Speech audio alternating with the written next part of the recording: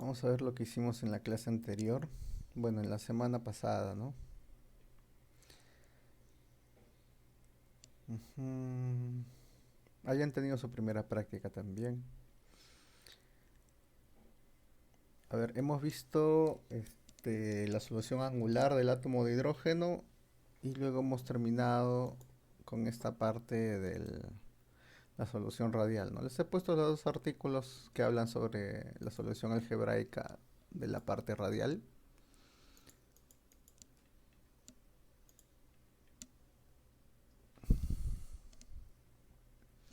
Entonces hemos visto la parte, no, en la clase anterior hemos visto la solución radial de una forma algebraica. Básicamente se hace lo mismo, ¿no? Factorizar el operador diferencial, obtener un operador de subida, un operador de bajada, que en este caso actúa sobre el número cuántico de momento angular. Y de ahí justamente obtenemos, ¿no? Una de las funciones y vamos bajando para determinar el resto. Las funciones de estado normalizadas para el átomo de hidrógeno para este sistema que estamos analizando es de esta forma, ¿no? Como ven, tiene esta forma. Y los niveles, por ejemplo, 2s, 2p, o sea, todo lo que tengan el número cuántico n igual, contienen el mismo valor de energía. El valor de energía solamente va a depender de ese número cuántico n. Voy a tener entonces diferentes energías para un número cuántico L siempre y cuando correspondan a diferente número cuántico principal. Las series espectrales entonces que nosotros hemos visto en el experimento del átomo de hidrógeno es la serie de Balmer. Y en esta serie de Balmer, básicamente para determinar la frecuencia, ¿no? En este caso es la frecuencia del fotón emitido cuando pasamos de ciertos niveles de energía al nivel 2, vienen a ser estas líneas que están aquí. Sin embargo, tomando en cuenta que cuando tenemos un átomo que se traslada con cierta velocidad, la frecuencia de emisión varía dependiendo de la velocidad de este átomo, es que la intensidad, ¿no? El ancho de intensidad justamente de una frecuencia, ¿no? Que debería ser solamente una línea, sale un ancho así tipo gaussiano. Y este ancho entre dos líneas que están muy juntas se puede superponer. Es decir, si yo tengo esta situación donde tenemos en este caso es una absorción, pasamos de un nivel C menor a dos niveles que pueden ser B o A, que están bastante juntos, la intensidad del fotón emitido por efecto Doppler puede tener este ancho de emisión Doppler, y como están superpuestos es como si hubiera solamente una emisión, ¿no? Entonces esta línea espectroscópica, ya sea de emisión o absorción, esconde estos dos niveles que tenemos aquí. En el caso del átomo de hidrógeno ocurre que la primera línea de la serie de Balmer, la que me da la frecuencia de emisión o absorción del nivel 3 al nivel 2, son en realidad, ¿no? 7 líneas.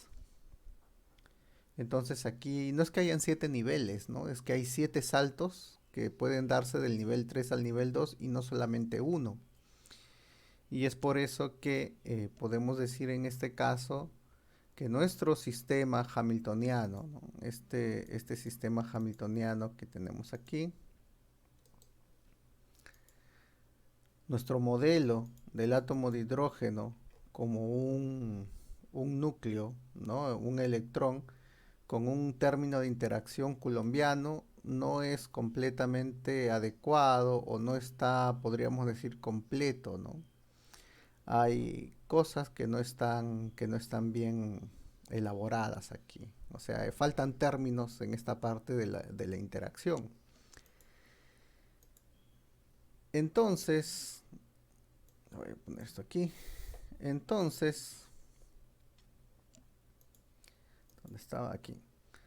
Entonces, la idea, por ejemplo, es asumir o considerar de que esos términos de interacción adicionales que pueden explicar estos 7 saltos para este sistema del átomo de hidrógeno, deben ser pues seguramente perturbaciones o valores de energía, valores de interacción menores a este valor de interacción o de energía que es que es el nivel 3. Es decir, en este nivel 3 es probable que hayan algunos niveles un poquito encima, un poquito abajo, ¿no? Igual en el nivel 2 es posible que hayan algunos niveles un poquito encima, un poquito abajo de este nivel, pero no una gran diferencia. Entonces, eso explicaría estos 7 saltos que están muy juntos, ¿no? Bastante juntos. Y también, pues, me daría una idea de que al momento de solucionar este sistema con estas perturbaciones, con estos hamiltonianos de interacción, pueda utilizar la teoría de perturbaciones independiente del tiempo o dependiente del tiempo, ya sea de lo que quiera obtener. Y es por eso de que también en la clase anterior vimos esta parte de teoría de perturbaciones independientes del tiempo. Lo hicimos básicamente utilizando una expansión de de Brian-Wigner, perdón, ¿no? Tengo aquí una expansión de Brian-Wigner. Como les comenté, esto lo había sacado del libro del Toledo-Pisa. Y por lo tanto, podemos básicamente decir, ¿no?, que si queremos calcular nosotros una corrección a primer orden, como ven ustedes aquí, la corrección a primer orden para un átomo en general se va a determinar justamente obteniendo o calculando este valor esperado, ¿no?, del hamiltoniano de interacción en una base que diagonaliza a ese hamiltoniano. ¿Ya? En una base, repito, que diagonaliza a ese hamiltoniano. ¿Ya? ¿Hasta aquí alguna pregunta? De eso que hemos hecho en la clase anterior, ¿tienen alguna pregunta?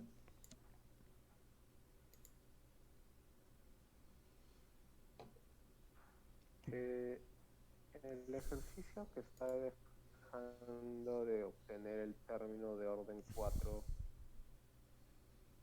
Ujú. eso lo vamos a tener que hacer como que a mano y todo. Sí, sí lo pueden hacer. Yo he hecho hasta el orden, aquí está hasta el orden 3, ¿no? Bueno, hasta el orden 3, sí. Se tienen que agregar un orden nada más, ¿no?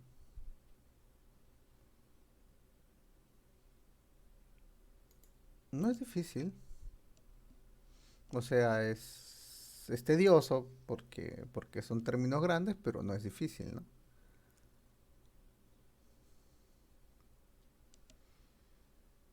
Y luego tienen que obtener 276, ¿no? Que es la forma justamente. O sea, es importante que ustedes muestren de que este elemento que está aquí, estos autovectores que están haciendo el sándwich sobre H1, son autovectores que diagonalizan a este H1.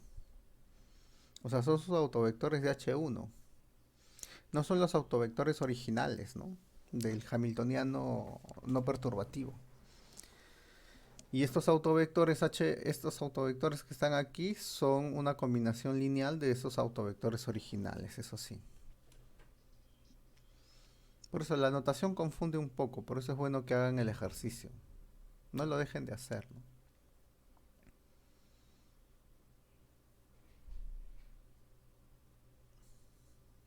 ¿Alguna otra pregunta?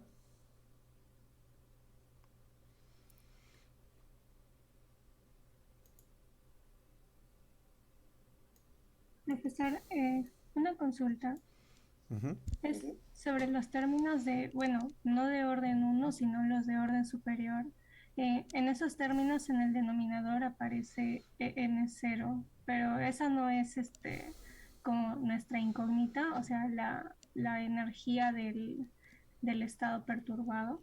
Seguramente es un error del libro. Debería ser el EN0 de orden cero.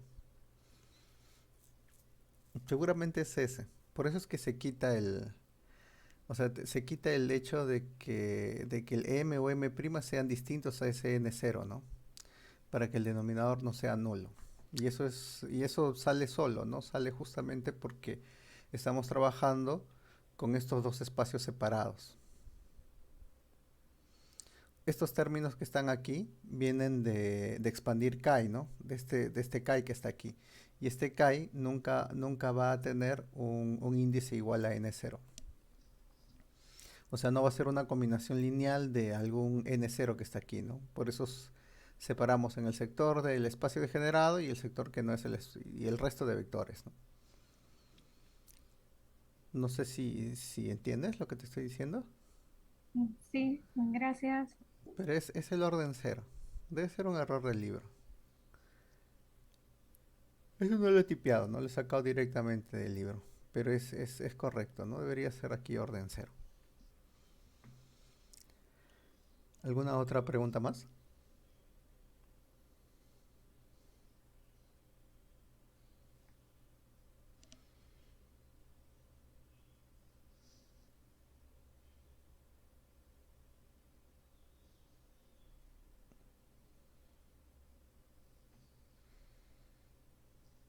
Hmm,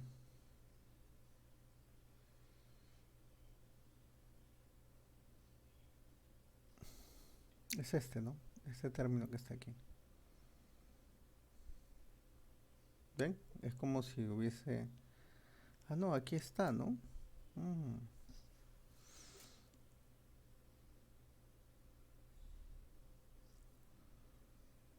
A ver, el primer término es... A ver, el primer término... No, está bien, sí es el término de orden cero.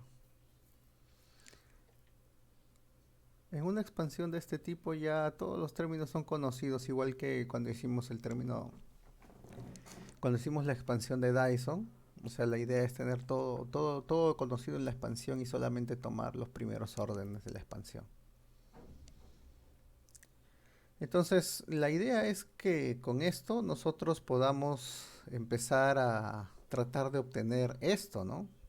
Y miren, solamente estamos trabajando con esta primera transición para el átomo de hidrógeno. El resto de transiciones se podría trabajar, pero resulta de todas maneras poco complejo, ¿ah? De hacerlo. En la literatura no he encontrado cómo son las transiciones en los otros elementos, en los otros niveles, ¿no? O sea, cuántas líneas hay, pero se puede seguramente calcular. Bien.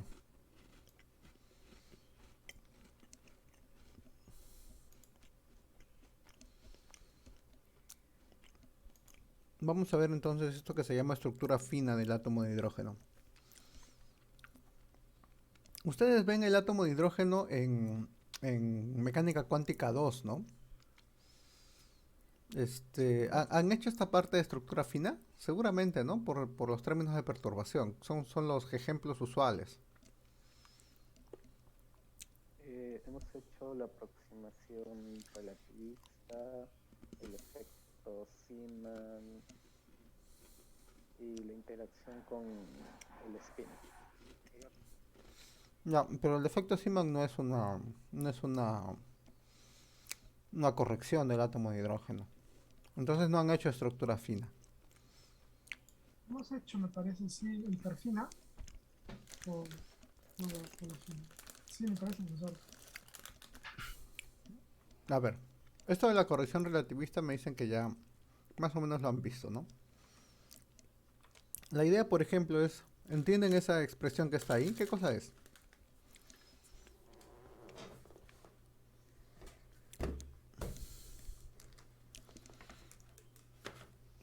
¿Qué estoy haciendo a la izquierda? ¿Qué estoy haciendo a la derecha de esa igualdad? Una expansión de Taylor, ¿Una expansión de Taylor de quién? el término de la raíz, Ya, ¿y qué cosa es esa raíz? de la raíz que vendría a ser la energía relativista, Ya, es la energía relativista. ¿Y el ms cuadrado qué cosa sería? la energía en reposo del electrón. Entonces, al restarlo, ¿qué obtengo? Tendríamos la energía cinética relativista electrón. Ujú. Entonces tengo una expansión. Aquí lo que tenemos es una expansión de la energía cinética relativista del electrón. Entonces la energía cinética relativista va a tener esta, va a tener este primer término que es gracias. Va a tener este primer término que es conocido por todos nosotros, es la energía cinética clásica, cantidad de movimiento al cuadrado entre dos veces la masa. Tenemos también este término de orden 4 y ahí vamos a tener mayor cantidad de términos, ¿no? Entonces es correcto, aquí tengo la energía en reposo, la relativista, lo resto y me da la energía cinética, ¿no? Entonces cuando yo determino el hamiltoniano, cuando en el hamiltoniano nosotros colocamos la energía cinética del sistema, nosotros solamente colocamos este término, ¿no? Entonces una corrección de este átomo de hidrógeno es justamente la corrección de este orden 4 que podemos nosotros expresar de la siguiente forma, ¿no? Ahí estoy colocando como ejercicio que obtenga la expansión hasta el orden 6. Entonces, considerando, por ejemplo, la energía cinética, yo puedo ahora escribir, por ejemplo, mi hamiltoniano para el caso del átomo de hidrógeno. Podría escribirlo, por ejemplo, de esta forma, ¿no?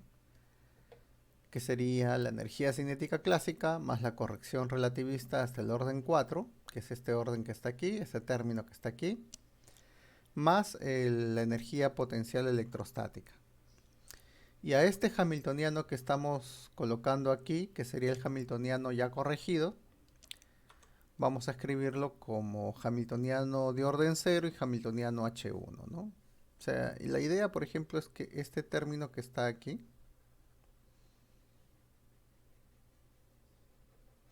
viene a ser mi hamiltoniano perturbador, ¿no? Este término que está aquí es. Entonces la idea es que este término relativista va a generar una perturbación en el sistema cuántico y por lo tanto va a mover los niveles de energía. Ya no va a ser el nivel de energía generado por H0 y que depende del número cuántico principal, sino que voy a tener correcciones de energía descritos de esta forma. ¿Estamos de acuerdo? Entonces, si yo quiero determinar esa corrección de energía, este delta de energía que está aquí, lo que necesito es determinar cuánto vale este sándwich con respecto al nivel, ¿no? que yo quiero en todo caso determinar de manera exacta. Entonces, vamos a tener aquí básicamente que la variación, ¿no? La corrección de la energía a primer orden vendría a estar dado por este sándwich que tenemos aquí. Básicamente me interesa el orden n, ¿no? El número cuántico principal, pero cada función de onda viene con los tres números cuánticos que tenemos, que son el n, el l y el ml.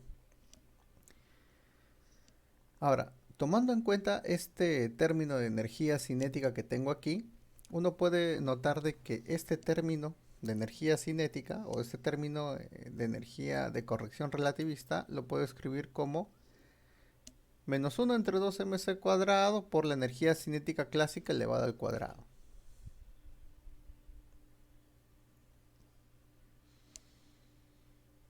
Y este término que tengo aquí, que es el H1, lo puedo escribir como... lo podría escribir, por ejemplo, de la siguiente manera. O bueno, puedo utilizar el hecho de que el H0 es igual a ese término de energía cinética más el potencial VR, ¿no? Y por lo tanto, este término de energía cinética lo puedo despejar en función de estos operadores, ¿no? Saldría ese término 3.3 que está ahí. Y por lo tanto, calcular el el valor esperado, ¿no? de esta corrección es equivalente a calcular el valor esperado de esta cantidad elevado al cuadrado, ¿no? Que sería esta. Entonces, como estas autofunciones que están aquí son autofunciones básicamente del H0, ¿ya? Estas son autofunciones del H0, porque quiero corregir justamente el valor de energía de estas autofunciones, va a salir de que de estos dos H0 que tengo aquí va a salir esta energía al cuadrado.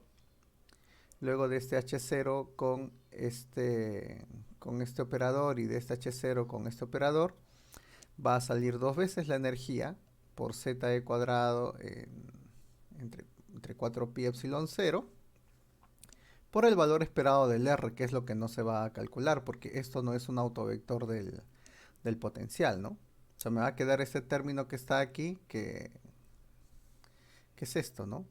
Sería el psi NLML, 1 entre R, y nuevamente psi NLML, ¿no? Esto de acá es 1 entre R, valor esperado, ¿no?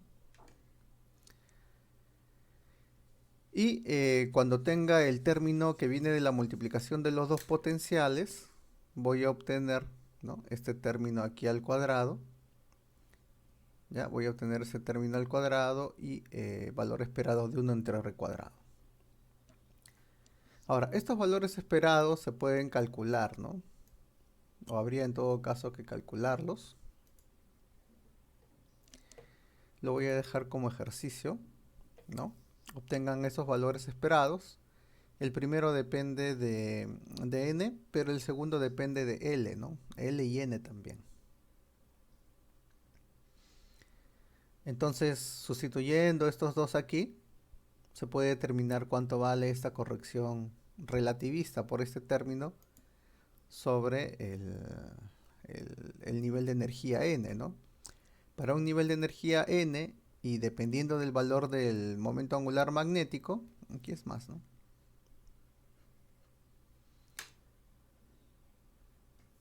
Ustedes van a tener esta corrección que tengo aquí. Y es bueno que lo escriban en función de la constante de estructura fina. Este alfa de aquí se llama constante de estructura fina. Lo vimos en la clase, una de las clases anteriores, ¿no? Entonces le dan forma y escríbanlo en términos de esta constante. Porque en términos de esa constante ustedes pueden, por ejemplo, para el caso n igual a 2, y en el caso específico del átomo de hidrógeno donde el número atómico es 1, por ejemplo, para el nivel 2, la energía, ¿no? del nivel 2 original es menos 13,6 entre 4 electronvoltios. Eso me da menos 3,40 electronvoltios. La corrección de ese nivel 2 con un número cuántico angular 0, o sea, un 2s, un nivel 2s, esta corrección que está aquí va a salir de menos 0,00015 electronvoltios, que es 13/16 de la energía 2. Aquí también me estoy olvidando del 0. Por el alfa al cuadrado, por la constante de estructura fina al cuadrado. Y la energía del nivel 2p va a salir distinta. Miren, la corrección de la energía es más pequeña, no es negativa, pero es más pequeña. Y eso es 7 sobre 48 veces la energía de orden 0 del nivel 2 por el alfa al cuadrado. Entonces noten que para un S y para un P, para un número cuántico S y P distintos, la corrección es distinta, ¿no? No depende del ML, pero sí por lo menos está dependiendo del L. Entonces, para estos dos niveles de energía, 2S y 2P, que estaban degenerados, lo que yo voy a tener, ¿no? Lo que yo voy a tener es que a estas energías hay que sumarles estas correcciones. Esta corrección que está aquí es pues mucho más grande que esta corrección. Por lo tanto, el 2S cae más, ¿no? Cae hasta más o menos este nivel, mientras que el 2P va a caer hasta este nivel. Entonces ya se va a ver una diferencia de esos dos niveles, ¿no? Por lo tanto, si yo tengo saltos del nivel 3 al nivel 2, aquí por lo menos ya se pueden ver que pueden haber hasta dos fotones, ¿no? Uno que cae sobre 2P y otro que cae sobre 2S. Entonces, en vez de tener una línea, deberíamos tener dos, ¿no? Que están en ese caso superpuestas. Como ejercicio, determinen las correcciones relativistas para el nivel 3. O sea, cómo sería en el caso del nivel 3, ¿no? Al final va a ser lo mismo, solo que en el nivel 3 también tienen un nivel D, ¿no? O sea, un L igual a 2. ¿Hasta ahí tienen alguna pregunta?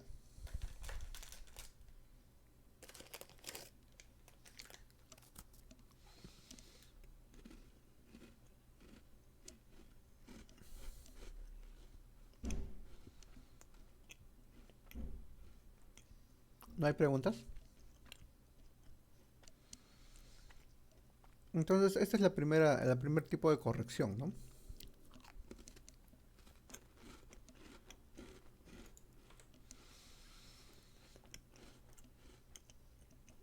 Y esa es la corrección más fácil, ¿no? Del átomo de hidrógeno, pero todavía no explica las 7 líneas que tenemos anteriormente.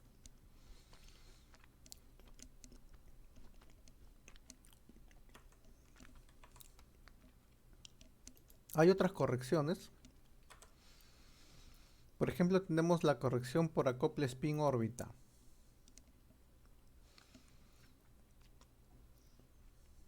¿Cómo es esto del acople spin-órbita?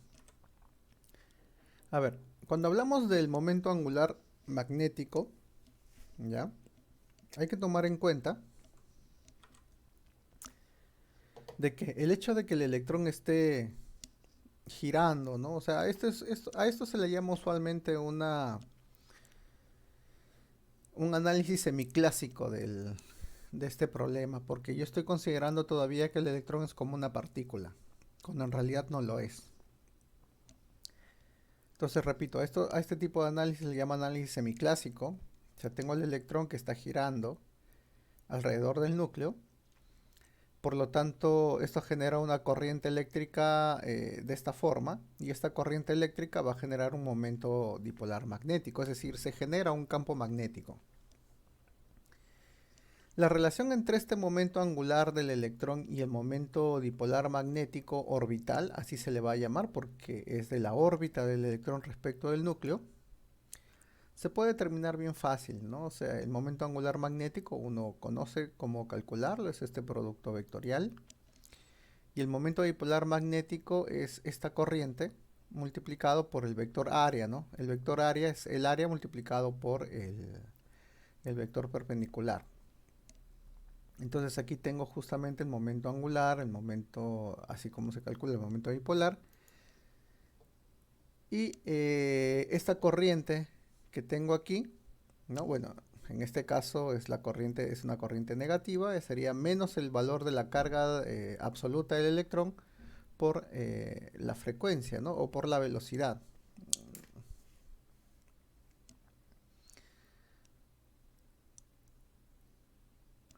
Y eso me daría, en todo caso, este producto que tengo aquí es densidad de corriente. En general, una intensidad de corriente es la carga por unidad de tiempo, ¿no? Está bien, aquí entonces es frecuencia. Entonces aquí tendría justamente que la corriente sería menos el valor absoluto de la carga de electrón por la velocidad tangencial que tendría entre 2πr. Entonces, a partir de esta definición de momento angular magnético, yo puedo justamente dar forma a este vector que tengo aquí. Sustituyo esto aquí y le doy forma justamente para obtenerlo de arriba. Y me sale que el momento dipolar magnético y el momento angular están asociados mediante estas cantidades, ¿no? Un vector es el opuesto al otro. Y aquí puedo justamente yo adicionar o expresar estos términos como el magnetón de Bohr entre H barra, siendo el magnetón de Bohr esta cantidad, ¿no? El magnetón de Bohr es un momento bipolar magnético que se calcula en función de esas constantes que está ahí. Y que básicamente va a relacionar al mu y al L que tengo aquí, ¿no? El L, noten ustedes que tiene las mismas unidades que el H barra. Entonces, semiclásicamente, esta es la relación que hay entre un momento angular magnético y el momento angular, ¿no? de un objeto. Cuánticamente, el momento angular está cuantizado, sobre todo su proyección, ¿no? Su proyección del momento angular está cuantizado y dependiendo de cuánto valga el L, te dice cuántas proyecciones tiene a lo largo de un eje Z, ¿no? Es decir, si yo, por ejemplo, hago pasar a este sistema sobre un campo magnético, usualmente ese campo magnético es justamente mi eje Z. En este caso tendría un campo magnético así.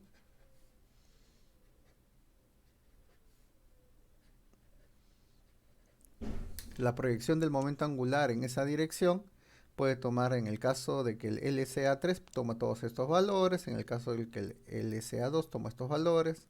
Siempre va desde menos el valor de L hasta L, ¿no?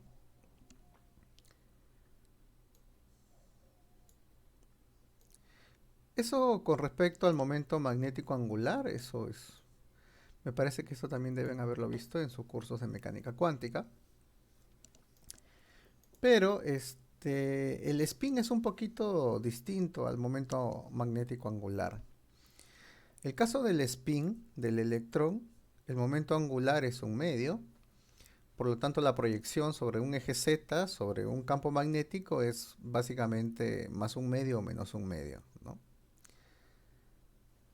Y las autofunciones también serían 2, pero ya no son funciones de la posición, ¿no? Aquí las funciones asociadas, las autofunciones asociadas a este operador momento angular son los armónicos esféricos como hemos visto anteriormente. Pero aquí ya no, ¿no? Aquí ya las funciones, las autofunciones de este operador S ya no son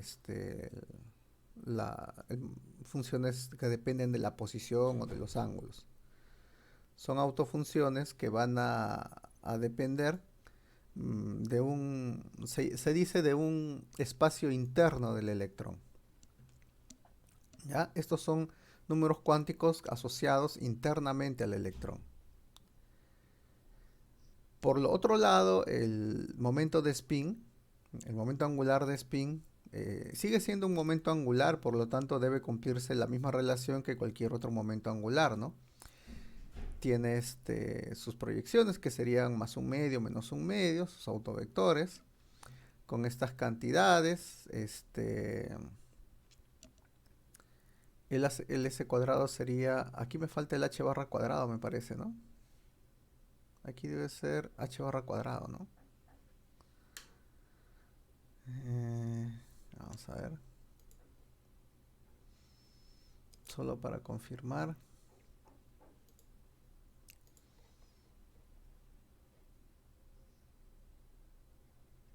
Claro, es el H barra cuadrado.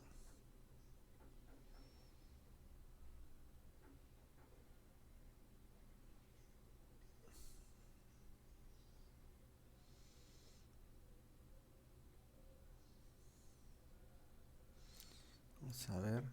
Aquí debe estar. J cuadrado, H, acá está, ¿no? El H barra cuadrado. Entonces ahí falta el H barra cuadrado.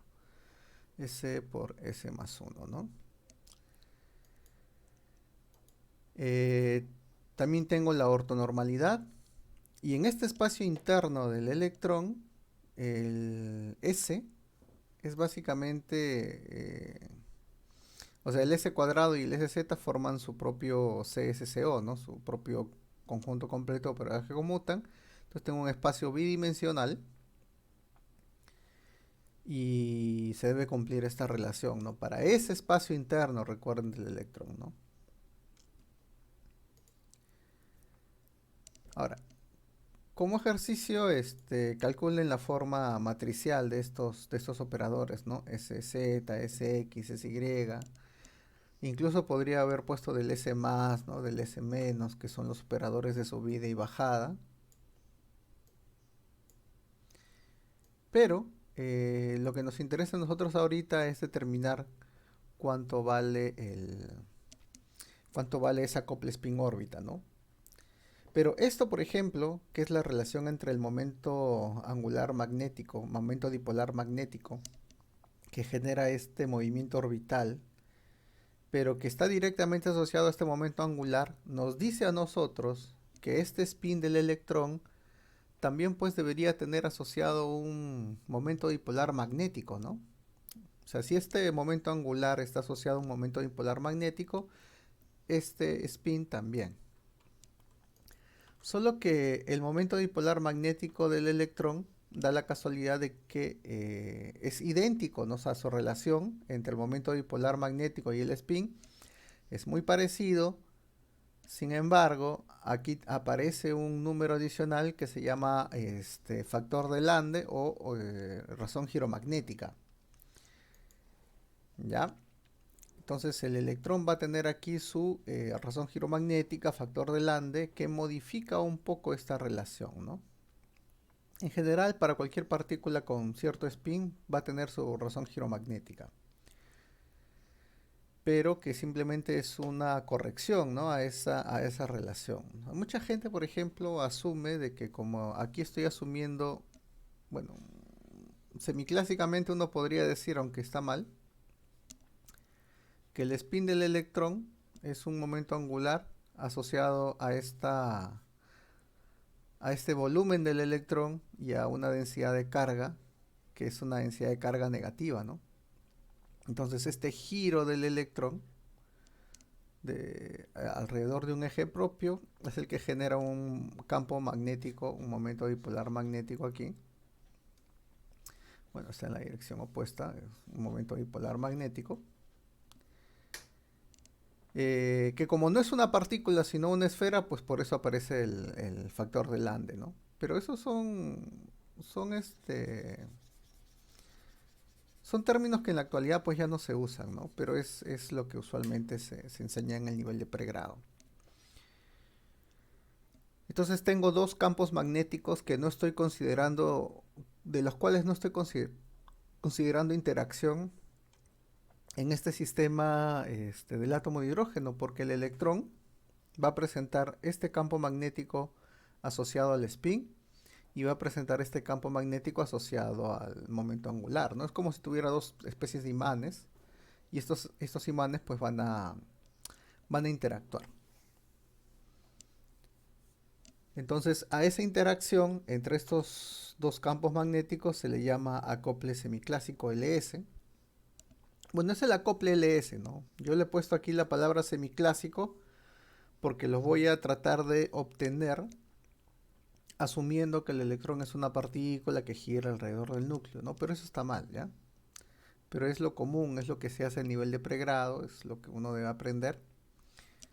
En el laboratorio va a estar la forma más moderna de obtener estos términos, en el laboratorio 2, ¿no? Entonces la idea, por ejemplo, es que tú tienes aquí un momento dipolar magnético de spin del electrón y como él está girando, se genera un campo magnético que va a interactuar con este momento dipolar. Entonces yo necesito determinar, ¿no? Necesito determinar cómo es ese acople, cómo es esa energía.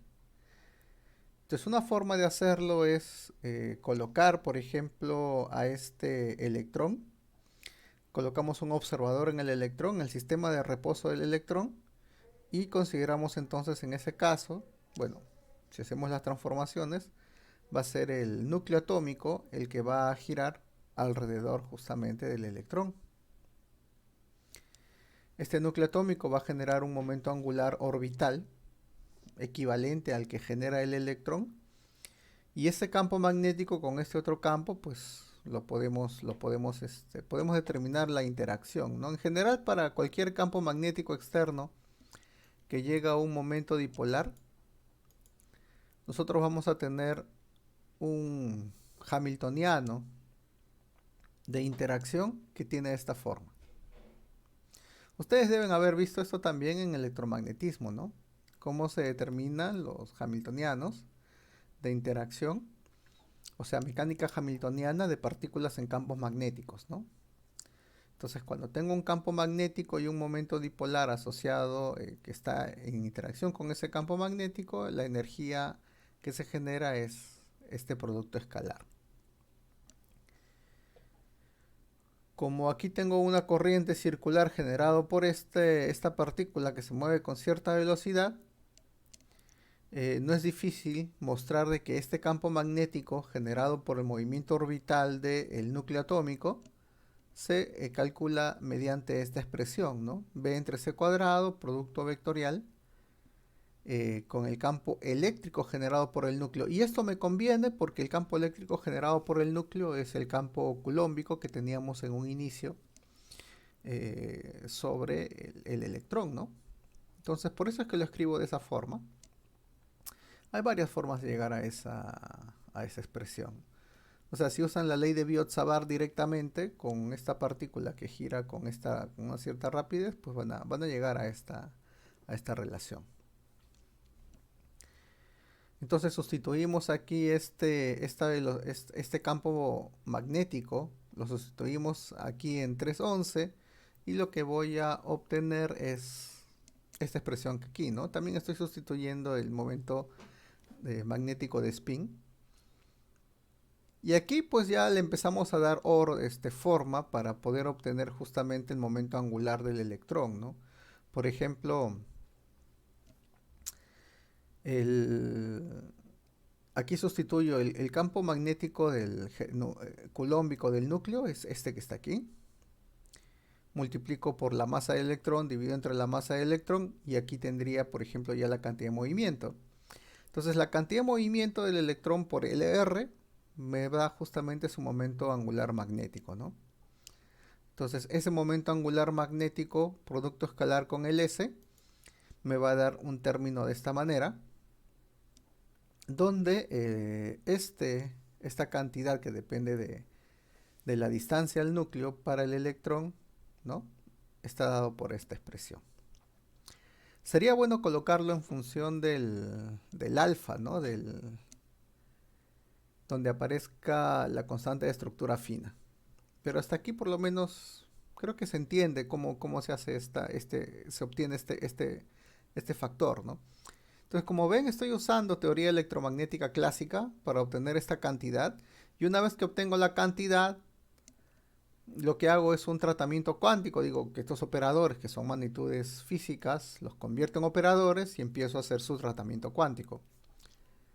Por eso es que se llama por eso es que a esto, ¿no? Se le llama justamente un análisis semiclásico.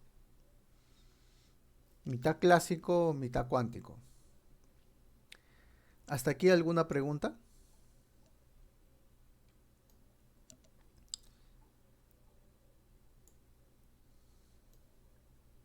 ¿No tienen preguntas? Profesor, Sí. ese V en ecuación 3.2 es la velocidad del electrón o del núcleo. Sería del núcleo, ¿no? Pero el núcleo está en reposo, ¿no? O sea, sería equivalente a la del electrón. Pero en este caso es el del núcleo. Y también una pregunta ya por curiosidad. ¿Cuál es el problema de entender al electrón, o sea, así como que esté girando? Usted dijo que eso está mal, ¿no? O sea, que no es correcto. Porque el electrón es una nube. Es una nube dispersada, ¿no? En toda partícula es una nube de probabilidad, ¿no? No es una partícula en sí. No es un punto. Vale. Entonces, en la parte también de su momento angular orbital, también sería mal entenderlo así, que sería como una nube rodando algo. Ujú. Debería ser así, ¿no?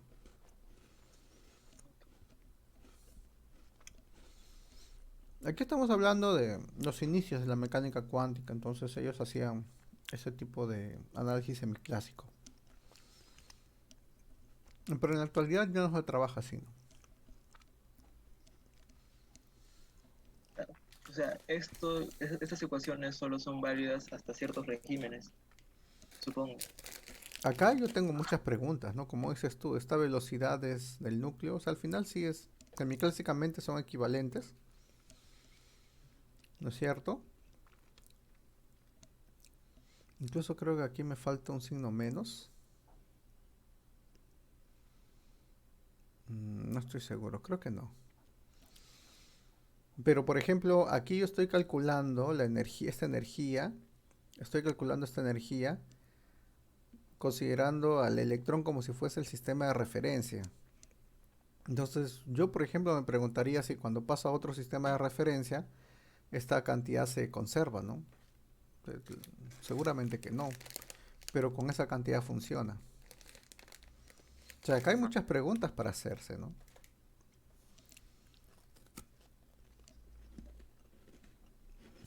Yo recuerdo que esa ecuación 3.12, como usted dice, sí se derivaba, ¿no? En electromagnetismo, para una carga acelerada, se movía. Sí, en el electromagnetismo se hace. En este caso estoy considerando un sistema de referencia del electrón y que el núcleo se está moviendo respecto al electrón. Ujú. Sí. Ok, vale, entiendo.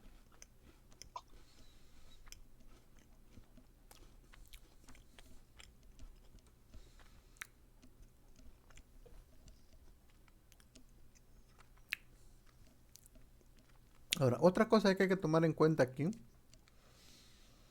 es lo siguiente, miren. Cuando nosotros hemos resuelto el átomo de hidrógeno, aquí para nada he tomado en cuenta el spin. Entonces la función de onda, las autofunciones del spin, no aparecen en mi solución, pues, ¿no? O sea, mis funciones de onda, estas funciones de onda que están aquí, pues son funciones de onda que no, donde no está el electrón. Entonces, si yo voy a hacer, yo tengo que utilizar ahora, como tengo una perturbación, ¿no es cierto? Como tengo aquí esta perturbación H2, la idea es determinar la energía generada, ¿no? La corrección de energía generada por ese hamiltoniano de interacción. Pero la pregunta es, ¿qué cosa pongo aquí? Porque lo que yo tenga que poner aquí, ahora tiene que interactuar con el spin. ¿No es cierto? Entonces la pregunta es, ¿qué cosa pongo ahí, no? Yo entiendo que estos son las autofunciones que representan los niveles 1, 2, 3. Pero ahora tienen que interactuar con el spin. Y creo que una vez, bueno, no. Creo que me entienden, ¿no? La idea es que necesito saber cómo actúa ese operador S sobre estas autofunciones. Entonces, la siguiente clase nosotros vamos a ver que cuando tenemos varios momentos angulares, ¿no? Sobre un sistema, sobre partes de un sistema físico, la idea es obtener el momento angular total, ¿no? O sea, la cantidad física resultante. Y para obtener esta cantidad física resultante,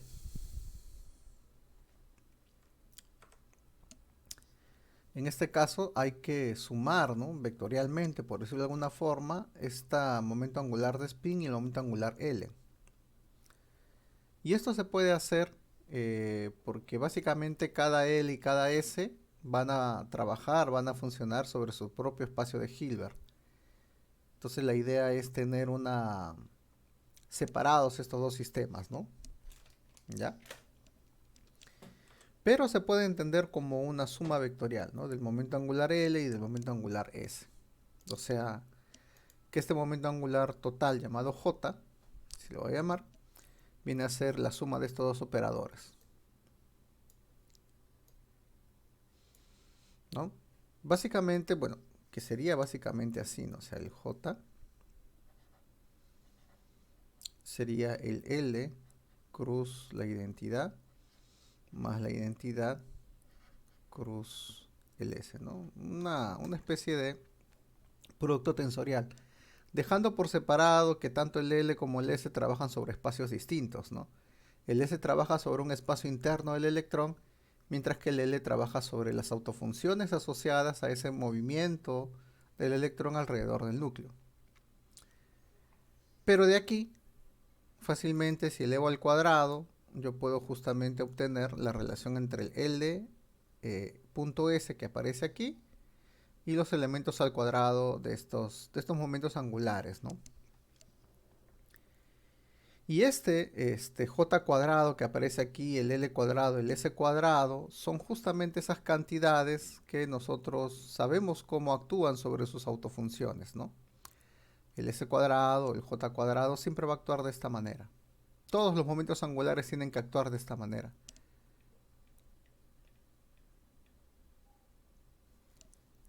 Entonces, de esta manera hay que tratar de construir esas autofunciones que tengo que colocar como un sándwich de este hamiltoniano perturbador H2 para poder determinar las correcciones de energía que este hamiltoniano va a generar.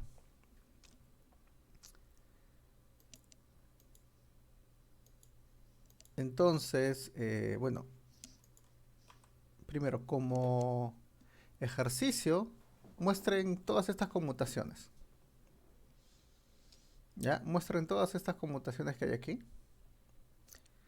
Entre J, L, ¿no? Esto deben haberle hecho mecánica cuántica 1 o 2, ¿no?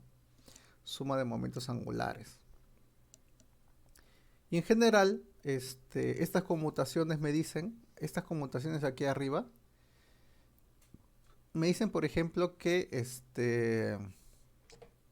si yo tengo el J3 o JZ como proyección del J, el L cuadrado, el S cuadrado van a conmutar con este J3. Van a conmutar con el L cuadrado, con el S cuadrado, también con el J. Pero el J cuadrado no conmuta ni con la proyección Z del L, ni con la proyección Z del J. ¿Ya? Y por lo tanto, ¿ya? Eso es importante notar, de que cuando yo tengo una suma de momentos angulares, yo voy a tener dos conjuntos completos de operadores que conmutan para estos dos espacios distintos, ¿no? En función de estos dos, para este espacio, mejor dicho, común, que sería la suma de estos dos espacios, de estos momentos angulares originales. ¿Ya? Básicamente son estos dos que están aquí, ¿no? Primero es este conjunto de operadores van a conmutar. El L cuadrado conmuta con el S cuadrado. Todos los L's conmutan con los S porque están sobre espacios distintos. El L cuadrado conmuta con el LZ y el S cuadrado conmuta con el SZ. Pero como el J cuadrado ya no conmuta con el SZ, el J cuadrado, el S cuadrado y el L cuadrado, junto con la proyección Z del J, generan otro conjunto completo de operadores que conmutan. Asociado a cada uno de estos conjuntos completos, yo tengo una base distinta, ¿no? Que la voy a denotar, la de arriba, como LS y sus proyecciones, y la de abajo como el LS, el número cuántico nuevo J, con su proyección Z. Ahora, ustedes han hecho, ¿no? Traspaso de esta base a esta otra base, en mecánica cuántica 2 deben haberlo hecho, mediante los llamados coeficientes de Clebsch-Gordan. Les deben haber enseñado tablitas así, ¿no? Por ejemplo, tengo aquí esta tablita que sería la representación de la suma vectorial de L igual a 1 y L igual a 1 medio, o sea, de un momento angular orbital 1 y un spin 1 medio. Estos elementos que están aquí al lado izquierdo son los elementos de base, este elemento de base que está aquí, Mientras los elementos que están aquí arriba son los elementos de base con el J, ¿no? ¿Estamos de acuerdo?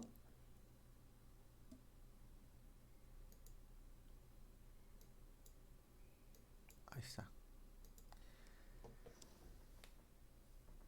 Y o sea, la relación que hay entre los elementos de base están aquí, ¿no?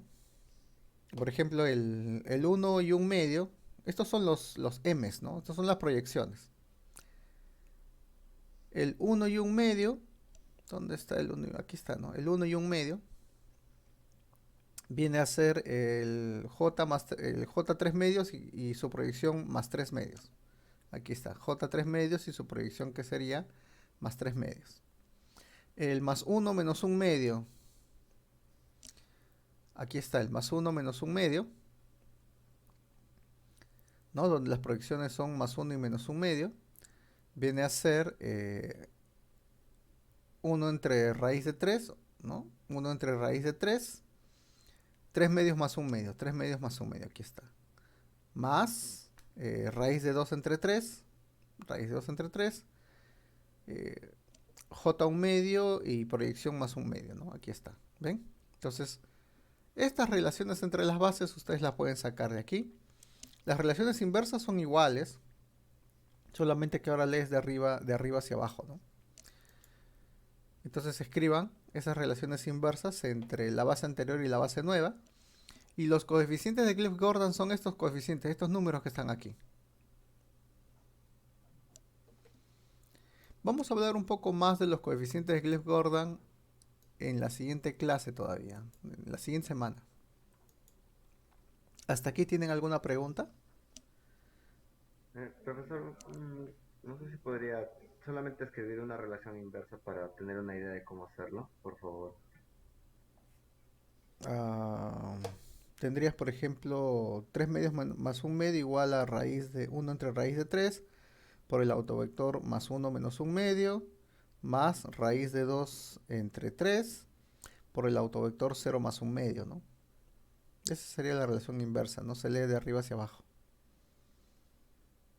¿Sí me entiendes? Sí, pues más o menos. Estos dos no cambian. O sea, el L y el S no van a cambiar. Este L y este S que están aquí no van a cambiar. Cambian estos números que están aquí, ¿no? Los dos que están aquí. Eso lo puedes comprobar, ¿no? O sea, puedes comprobar que o sea, lo que tú tienes, por ejemplo, de aquí, se lee hacia abajo, ¿no? Tendrías que el 1, un medio, 3 medios, más un medio, sería raíz de 1 entre 3, del 1, un medio, más 1 menos un medio, más raíz de 2 entre 3, 1, un medio, 0, más un medio, ¿no? Esa sería la relación inversa para ¿no? ¿Se podría hallar como que haciendo combinaciones lineales? Sí, así es como se calcula, ¿no? Usando combinaciones lineales, ¿no? De uno entre el otro. Es correcto, es así como se hace. Tú quieres saber cómo se arma la tabla. Sí, pues. La tabla se puede obtener a partir de operadores de subida y bajada. No es fácil calcular los operadores de Cliff-Gordon, ¿no? Por eso las tablas están ahí. Pero eso lo vamos a ver la siguiente semana todavía. O sea, vamos a hablar un poco más de estos operadores la siguiente semana porque tengo que obtener el teorema de Wigner-Eckart, ¿no? Y ahí vamos a hablar de momentos angulares. Momento angular es algo importante que hay que conocer de esta parte porque si no, no se puede perder. Y lógicamente, o sea, de aquí también puedes, despejando, hallar los inversos, ¿no? Entonces, yo tengo que determinar el valor esperado de este operador, ¿no? O sea, básicamente hay que calcular el valor esperado de L.S, que son estos J cuadrado, L cuadrado, S cuadrado. Entonces, como aparece el j cuadrado, ¿ya? Como aparece el j cuadrado, l cuadrado, s cuadrado, no me conviene a mí utilizar esta base que está aquí, porque en esta base no está el número cuántico j. Me conviene utilizar esta base para hallar esos valores esperados. Por lo tanto, ya no me es útil, por lo menos cuando hablo del momento angular magnético, no me es útil entender esta forma de expresar los niveles de energía, ¿no? Porque yo tengo que adicionar aquí el número cuántico de spin, de proyección de spin por lo menos. Y así como ustedes lo veían en el nivel preuniversitario, en química, ya no me conviene tanto estos autofunciones, ¿no? Lo que me conviene es introducir las autofunciones asociadas a esta base, el J, donde aparezca justamente el J. Por ejemplo, ¿no? O sea, cuando no hay spin, en un nivel n, tú vas a tener esta degeneración, ¿no? De esta forma. ¿No es cierto? O sea, el nivel ns, np, con estas proyecciones, ¿no? ml-1, 0 y 1, la vas a tener de esta manera. Con el spin, si solamente consideras un producto tensorial entre el spin y estos autofunciones, tienes la representación que usan en química, ¿no? Spin up, spin down sobre estos niveles de energía, ¿no? Que son los orbitales angulares. Pero para obtenerla, y ojo que miren, la energía sigue siendo la misma para todos, ¿no? Pero para obtener la corrección de la energía, ahora que estamos viendo el spin, yo necesito utilizar la nueva base donde aparezca el J. Entonces esa nueva base se va a utilizar así. Se va a escribir así, ¿no? Aquí tienes ns, que es un medio. El J en este caso es un medio porque el L es 0, ¿no? El L es 0, el S es un medio, por lo tanto la suma de estos dos me va a dar pues un medio.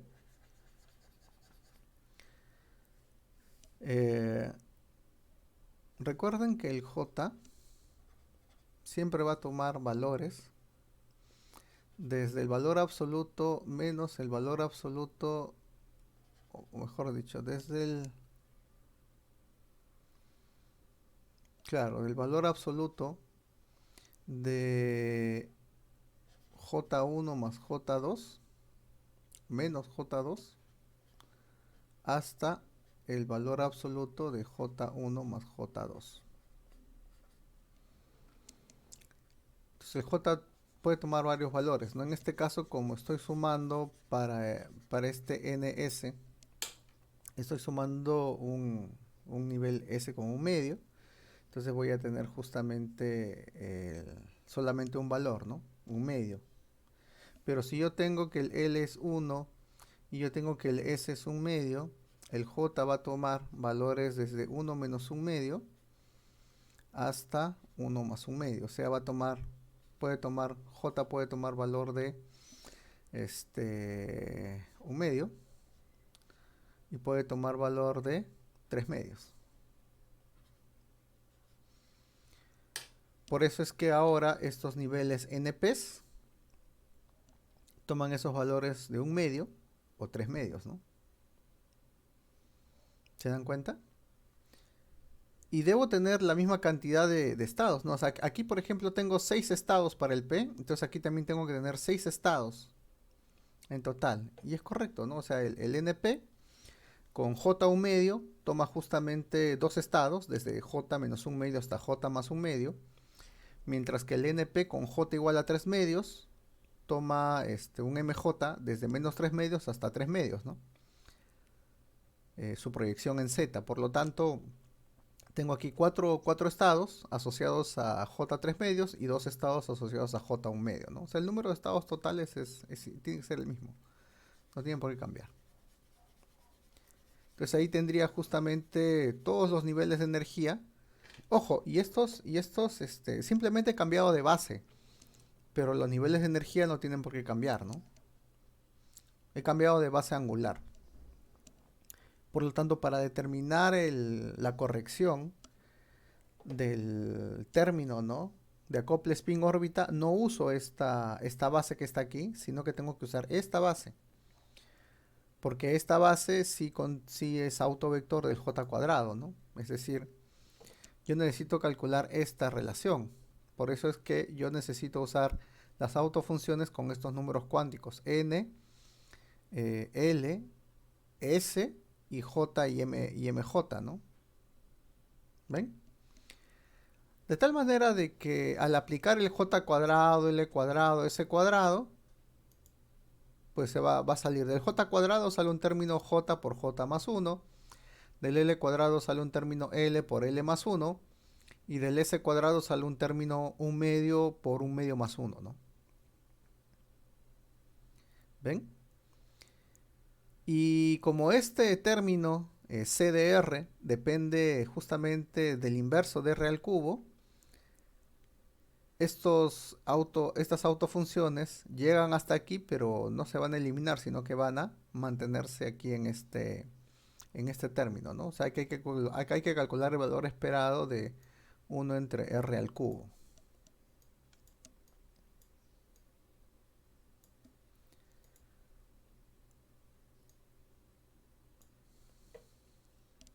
Entonces, hagan el cálculo, ¿no? Este cálculo no es difícil. Aquí ya pueden usar el teorema de Virial. Hagan el cálculo y muestren, por ejemplo, que para cuando el L es igual a 0, la corrección de energía de acople spin órbita es 0. Y eso se entiende porque cuando el L es igual a 0 hay simetría esférica. Es una esferita justamente, ¿no? O sea, la nube electrónica, el electrón es una esferita que rodea al núcleo. La distribución, ¿no? Electrónica tiene simetría esférica. Pero cuando aquí está mal, aquí es N. Y depende del L también, ¿no? L. Pero cuando el L es diferente de 0, voy a obtener dos correcciones, ¿no? Van a haber dos correcciones dependiendo si yo voy a tener aquí, hay dos correcciones porque yo tengo en un caso tengo que el J es L más 1 medio, creo que es este caso de arriba, J igual a L más 1 medio, y en el otro caso tengo J igual a L menos 1 medio, ¿no? O sea, son dos valores, básicamente, dos extremos.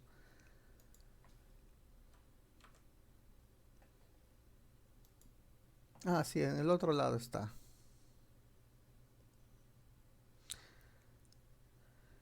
Ahora, esto sale de aquí. O sea, sale de este término que estamos haciendo, ¿no? O sea, de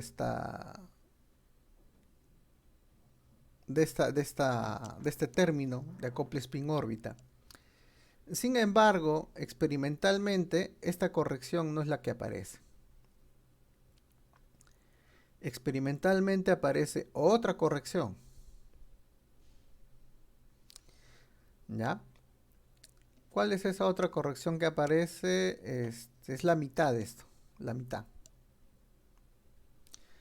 Entonces aquí les voy a colocar de todas maneras también en el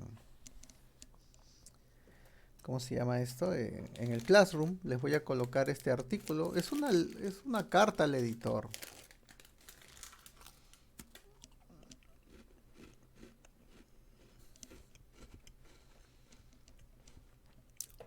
Una cosa interesante es que, miren, en la época, estamos hablando de 1926, en la Nature aquí ponen, ¿no? El editor, bueno, the editor doesn't hold himself responsible for the opinion expressed by his correspondents. Neither can he undertake to return nor to correspond with the writers of rejected manuscripts intended for this or any other part of the nature. No notice is taken of anonymous communication. O sea, él se está excusando, ¿no? De cualquier opinión que se pueda generar aquí, ¿no? Usualmente las cartas al editor se hacen porque uno ve que algún artículo en realidad no es correcto, ¿no? Y aquí justamente Thomas lo que hace es mandar una carta al editor de la Nature indicando de que en realidad hay que adicionar un término angular que es equivalente a este término anterior que hemos calculado, pero que es la mitad de esto y es el negativo, ¿no? Que es debido a la precesión del electrón. Entonces ese término de precesión del electrón, que está explicado aquí, de dónde proviene, hace que la corrección de la energía, ¿no? La corrección de la energía, aquí estamos hablando de la corrección en nivel 2. Ujú. En realidad esta es para cualquier n, me parece. Sí, es para cualquier n. Esta corrección de la energía para cualquier n, entonces es... Profe, ¿Mm? creo que ahí pone 2 porque es corrección en segundo orden. No, es n, es n. La corrección de energía es se le coloca aquí una razón giromagnética LS que aproximadamente vale 1. ¿Ya? Aproximadamente vale 1, sin embargo esto se puede calcular también experimentalmente, ¿no? Y toma estos valores, ya sea para J igual a L más un medio o para J igual a L menos un medio.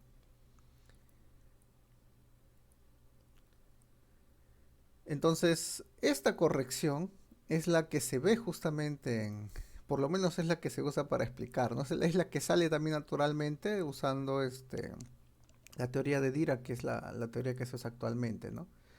Entonces, como ejercicio, para n igual a 2, ¿no? Seguramente por eso he puesto aquí 2, pero es para n igual a 2 como ejercicio. Calculen que el orden de magnitud para la corrección, por ejemplo, para los niveles 2p3 medios, es esta cantidad. Y para el nivel 2p1 medio, son de esta cantidad. ¿Ya? Es decir, estos niveles de energía aquí van a ser corregidos y estos también van a ser corregidos, ¿no? Pero todos al mismo tiempo, o sea, todavía voy a tener aquí una degeneración de 4 y aquí una degeneración de 2. Pero esos niveles de energía son corregidos, ¿no? Aquí hay 4, acá hay 2 estados, aquí hay 4. Entonces todos esos niveles, todos estos, primero, el nivel S no se modifica porque para L igual a 0 no hay corrección, ¿no? O sea, el nivel S se mantiene en el mismo nivel. El nivel, el nivel P1 medio tiene una corrección negativa porque la energía E02 es negativa, por lo tanto el P1 medio, P1 medio,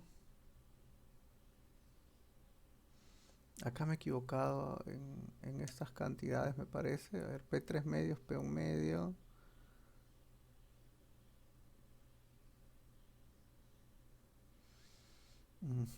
A ver, vamos a corroborar.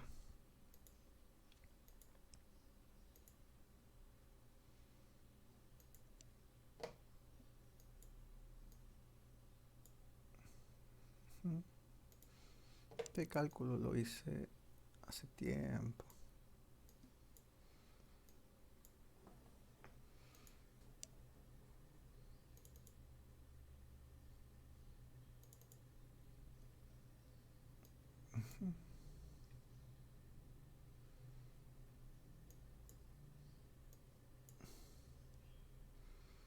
P3 medios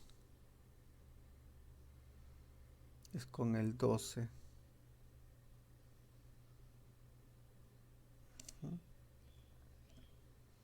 Sí, aquí es 3 medios arriba. Ese de arriba está bien, aquí es 3 medios y aquí es 1 medio. Claro, porque esta cantidad que está aquí es negativa, esta energía, ¿no? Entonces, el 1 medio tiene que bajar. Y esta cantidad es positiva, por lo tanto el 3 medios tiene que subir, ¿no? Y suben en estas cantidades. Entonces hay estas correcciones de orden alfa cuadrado, ¿no? Un doceavo y un sexto.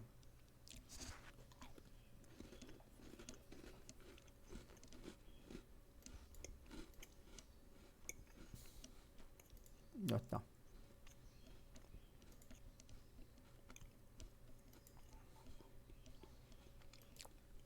A ver, calculen ustedes. No sé si vayan a poder. Yo creo que sí, porque aquí está la fórmula. Para el nivel 3. ¿Cómo serían las correcciones para el nivel 3? ¿No? La única diferencia es que en el nivel 3 tienes un L igual a 2. O sea, tienes niveles D, ¿no? Esa es la única diferencia. ¿Hasta aquí alguna pregunta?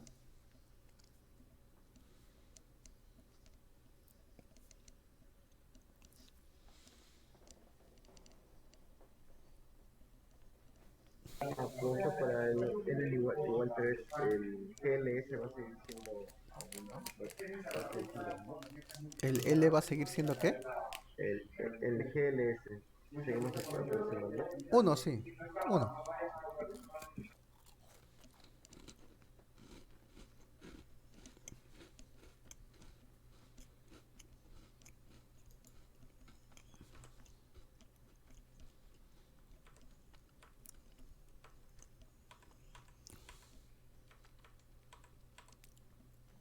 Bien.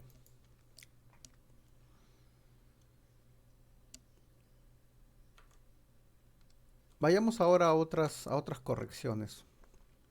Estas correcciones de acá son un poco más complejas, ¿ya? El potencial de Darwin es una corrección un poco burda de la forma en que lo voy a hacer. Ni siquiera voy a llegar a la corrección, pero más o menos para que entiendan la interpretación, ¿no? Porque el término sale solo, o sea, estos términos salen solo cuando utilizo yo la ecuación de Dirac. Supongan, por ejemplo, que tienen aquí aquí está el núcleo atómico y tienen la posición del electrón que se rige por este vector R. ¿Ya? Entonces, el electrón, como les comento, consideramos como si fuese un punto, pero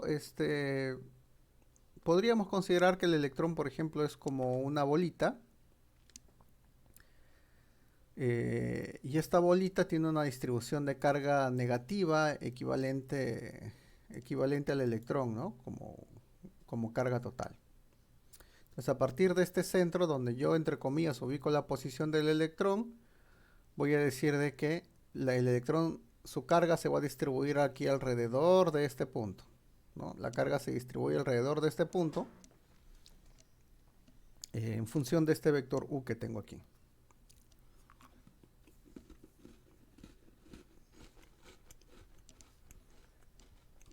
Entonces, la distribución de carga del electrón, que depende de ese U, yo puedo escribir así, donde estoy factorizando la cantidad de carga total negativa del electrón, y por lo tanto acá tendría yo una distribución numérica tal que al integrarla, ¿no?, en todo este volumen, me tiene que dar 1, ¿no? Porque necesito obtener toda la carga del electrón nuevamente.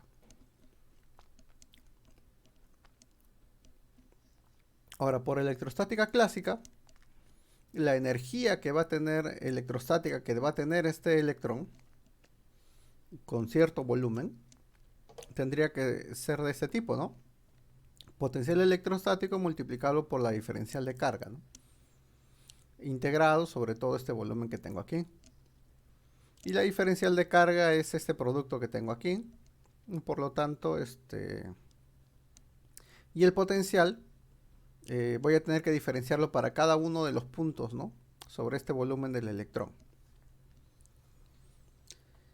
Si yo utilizo, ¿no?, esta forma de la distribución de carga, factorizo, por ejemplo, estoy factorizando aquí la carga del electrón. No sé por qué le he sacado el Z. El ZE.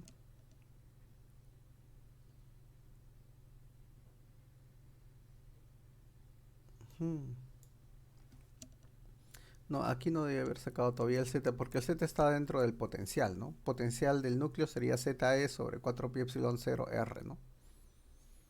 Entonces aquí me he equivocado al sacar esto. No tiene por qué salir. Ahí está. Entonces me queda la distribución numérica por el potencial integrado. Pero como este U en teoría es muchísimo menor que este R, puedo hacer una expansión de Taylor de este potencial, ¿no? Hago la expansión de Taylor. Es una expansión para una función vectorial, ¿no? Entonces va a tener esta forma. Y aquí continúa, ¿no? Aquí debería continuar.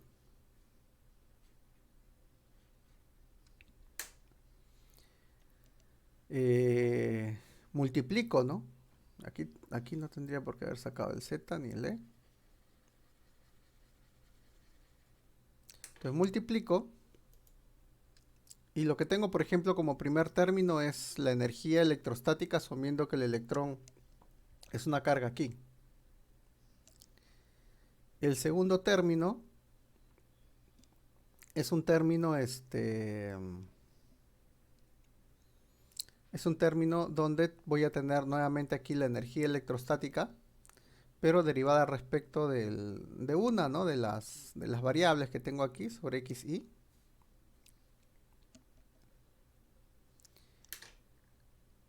Evaluado justamente en esta posición R. Y luego este elemento UI que viene de la expansión. Y este sería el término de segundo orden. Y esto continúa, ¿no? Esto de acá continúa.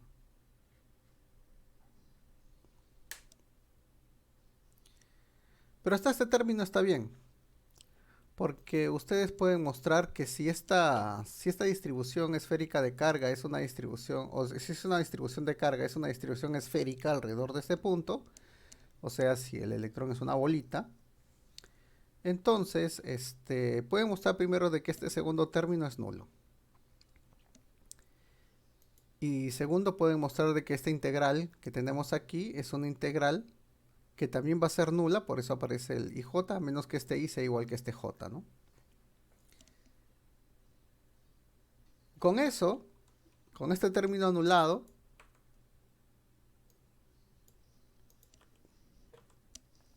esta energía electrostática, ¿no? de ese electrón va a ser el término común que nosotros conocemos, que esto es lo que entra en el hamiltoniano, multiplicado por esta cantidad, que va a depender de esta integral.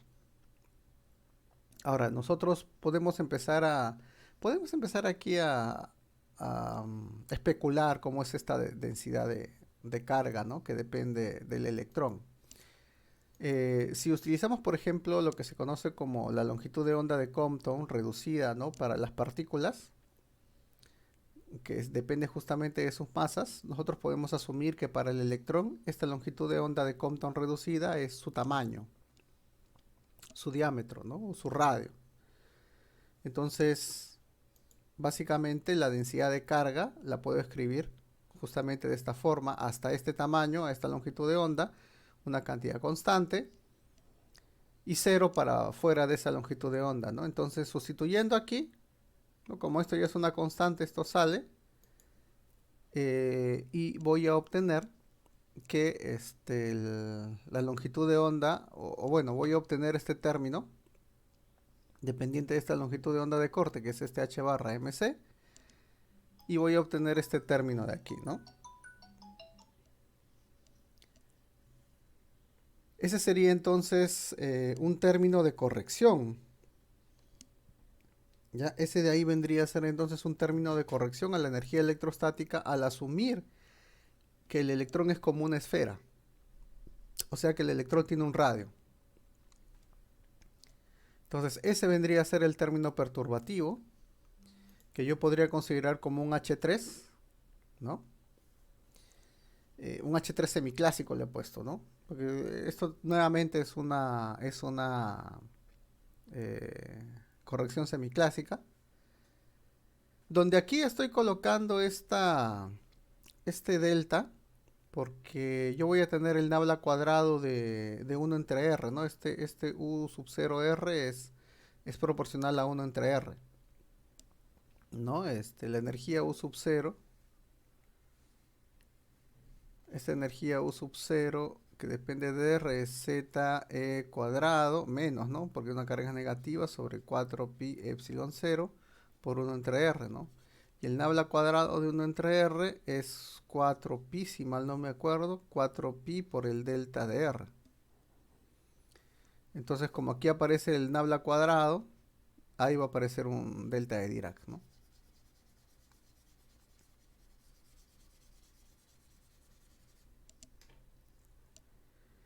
Y sin embargo, lo que obtenemos de la teoría de Dirac con respecto a este término de Darwin, así se le llama potencial de Darwin, es esta cantidad, ¿no?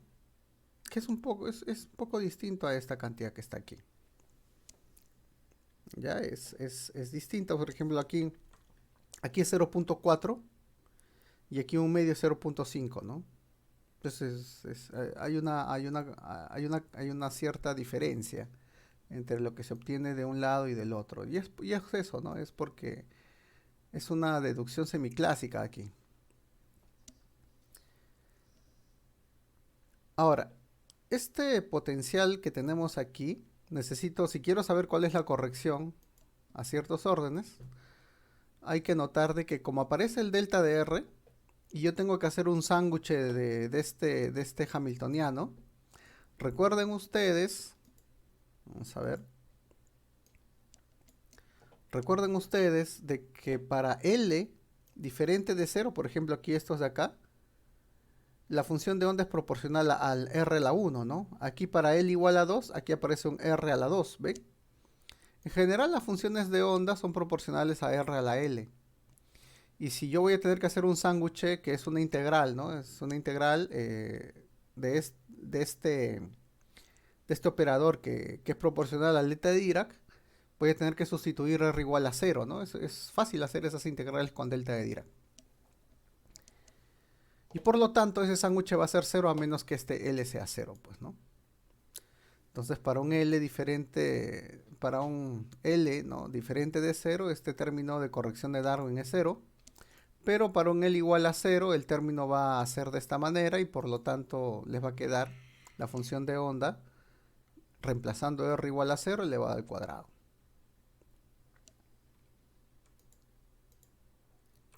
A esto se le conoce como potencial de Darwin, ¿no? Hagan el gráfico, ¿no?, de corrección de este potencial de Darwin para n igual a 2 y n igual a 3. Al fin y al cabo es lo que nos interesa, ¿no? Porque estamos estudiando la primera serie de Balmer, la primera línea de la serie de Balmer. Entonces hasta aquí, a estas correcciones, esta corrección también le va a salir proporcional a alfa cuadrado, ¿no? O sea, el potencial de Darwin les da una corrección proporcional a alfa cuadrado. El acople LS también les da una corrección proporcional a alfa cuadrado. Y la corrección relativista también les está dando una corrección proporcional a alfa cuadrado. Entonces, a estas correcciones de estos niveles de energía proporcionales a alfa cuadrado, o sea, al segundo orden de la constante de estructura fina, se les llama eso, ¿no? Se llama estructura fina del átomo de hidrógeno. Entonces aquí, por ejemplo, esta sería la primera corrección con el acople LS. Tú le adicionas, ¿no?, la corrección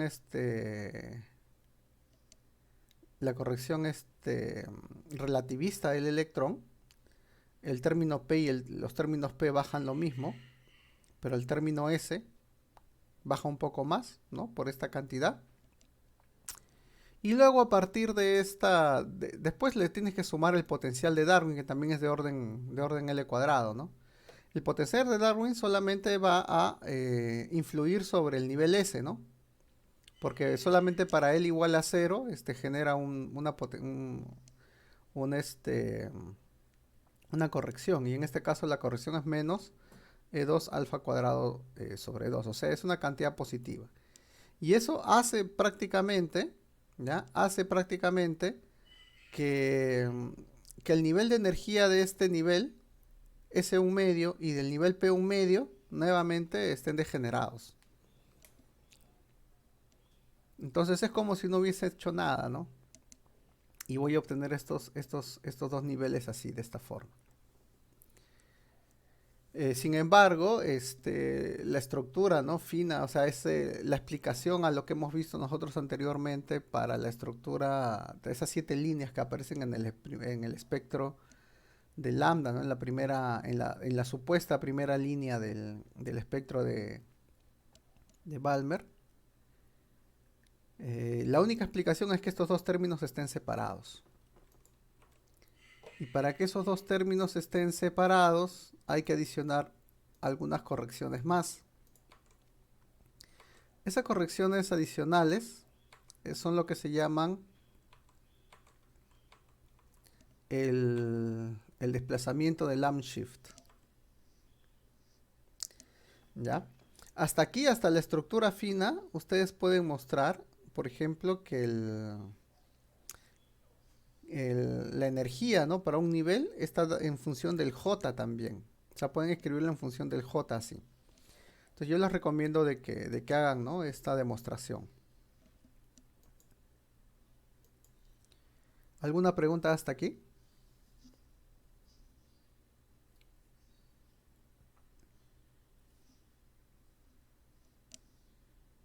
¿Todo bien? Estamos calculando las correcciones, ¿no? Esta sería la corrección para el nivel 2. Intenten hacer las correcciones para el nivel 3, ¿no? Calcule la estructura fina para este nivel 3. Lo que faltaría calcular se llama desplazamiento del Lamb. Y esta parte del espacio de fase del fotón es algo que ustedes han visto anteriormente seguramente en varios cursos. Si ustedes tienen, por ejemplo, una cavidad metálica, ¿no? En el caso de la radiación del cuerpo negro, ustedes necesitan, ¿no? De que la intensidad de campo eléctrico en estas zonas sea 0. Por lo tanto, la onda electromagnética que se genera aquí tiene que ser tal que en los extremos debemos tener un campo eléctrico igual a 0. Por lo tanto, se genera una especie de onda estacionaria, ¿no?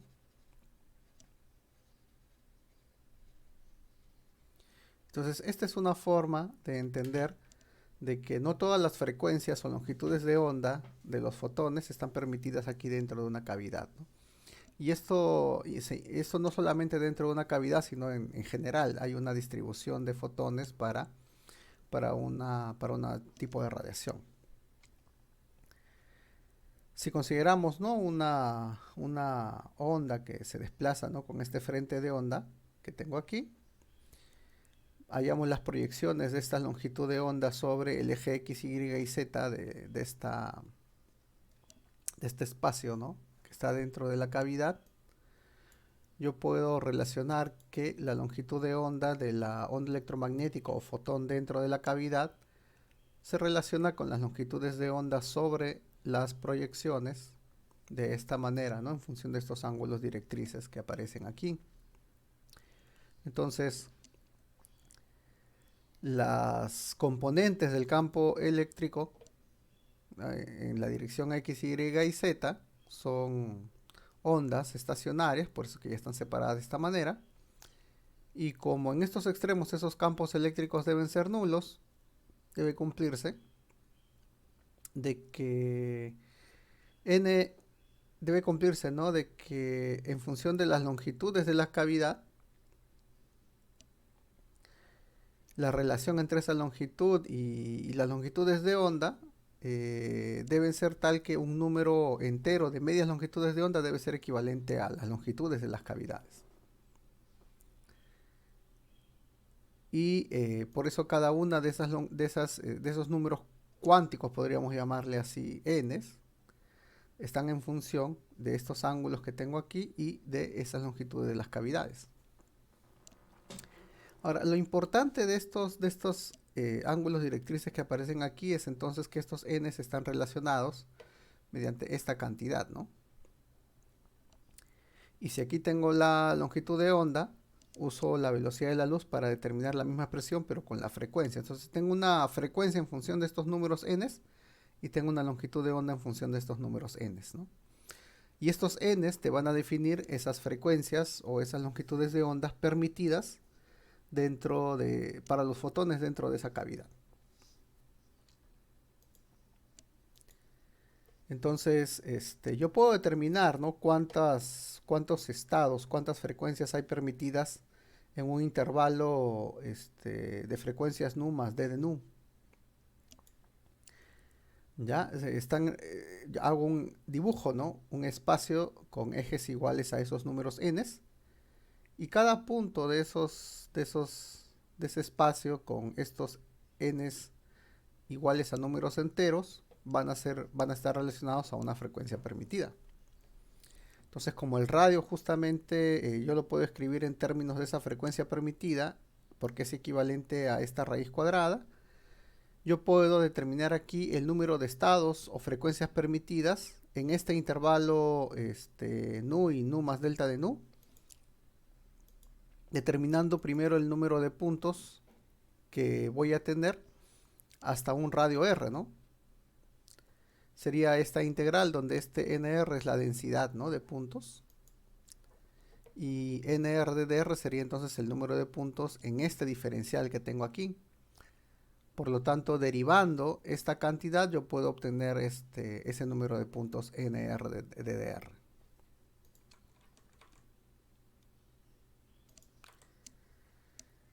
dr. Como existen dos grados de libertad para los fotones, tenemos que tener dos fotones con dos polarizaciones distintas, hay que multiplicar esta cantidad por 2 y obtengo que el número de fotones permitidos es esta cantidad en función del r que tengo aquí. Pero como el r está relacionado a la frecuencia, yo puedo pasar, ¿no? este nr de dr a un nv, n de frecuencia, d de frecuencia. La idea es que representen lo mismo. Y eso debe ser igual a pi r cuadrado de dr, que es la derivada que estamos calculando aquí. Entonces sustituyo la frecuencia que es C entre 2LBR.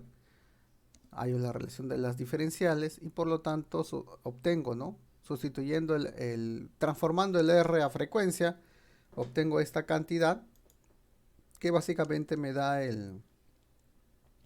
la densidad, ¿no? de frecuencias permitidas o de fotones que voy a tener en un espacio, ¿no? En un diferencial de volumen, que va a ser prácticamente esta cantidad. Y por lo tanto, esta cantidad que tendría acá sin el d de nu sería la densidad de fotones que voy a tener en esa diferencial de volumen, ¿no? Densidad de estados permitidos en esa diferencial. Eso deben haberlo visto en varios cursos, yo lo hago en física moderna.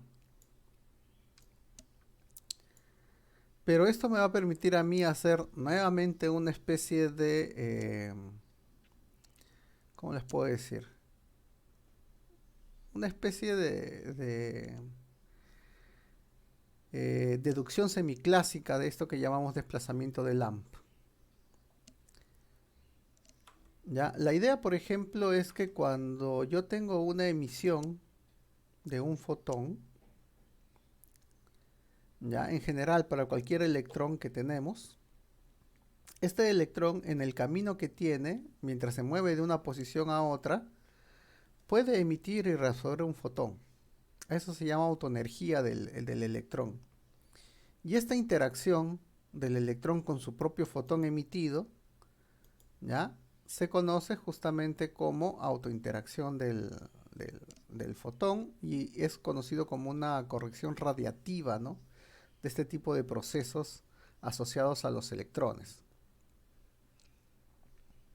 Entonces, estas dos correcciones que están aquí van a contribuir justamente a lo que se llama el desplazamiento de Lamb en el caso de los electrones que están en el átomo. Es decir, va a haber una energía, ¿no? de perturbativa generada por esa autointeracción. La idea, por ejemplo, es que supongamos, por ejemplo, que el fotón que aparece aquí está en una energía, que es la energía más básica del fotón, que sería un medio de H barra omega. Y esto se conoce como la energía del vacío, ¿no? Del fotón. O sea, el fotón al final, cuando está cuantizado, puede estar en diferentes niveles de energía. Entonces, al estar en diferentes niveles de energía, el nivel más bajo es justamente este que está aquí. Como ven, se parece a la de un oscilador armónico, ¿no? Y en función de esto, al final, pues, el fotón va a ser un paquete de ondas con una distribución de frecuencias, que es la que tenemos aquí, ¿no? O sea, en realidad, la radiación que está alrededor o generado por ese fotón puede estar en diferentes frecuencias, porque esto se puede emitir en diferentes frecuencias, ¿no?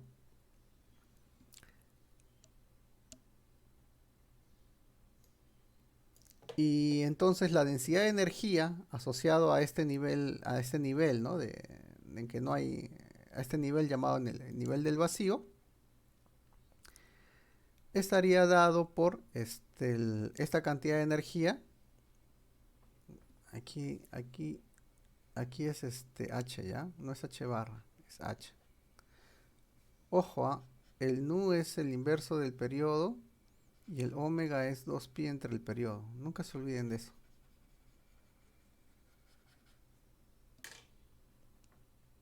Entonces aquí también es H.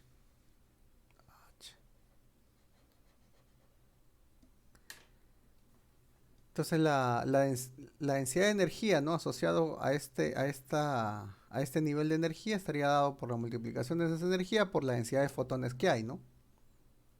Lógico, ¿no? Cada fotón tiene una cierta cantidad de energía, multiplico esos fotones por esa energía y ahí ya tengo la densidad de energía, ¿no? Entonces, ahora bien, del electromagnetismo clásico, esta densidad de energía en un cierto volumen se calcula en función del campo electromagnético del fotón que se encuentra en esa región, entre 8pi. Y por lo tanto, si yo sustituyo esto aquí, voy a obtener que ese campo eléctrico, ¿no? Clásico, entre comillas, del fotón al cuadrado estaría dado por esta cantidad con esta dependencia respecto de la frecuencia, ¿no? Aquí es H.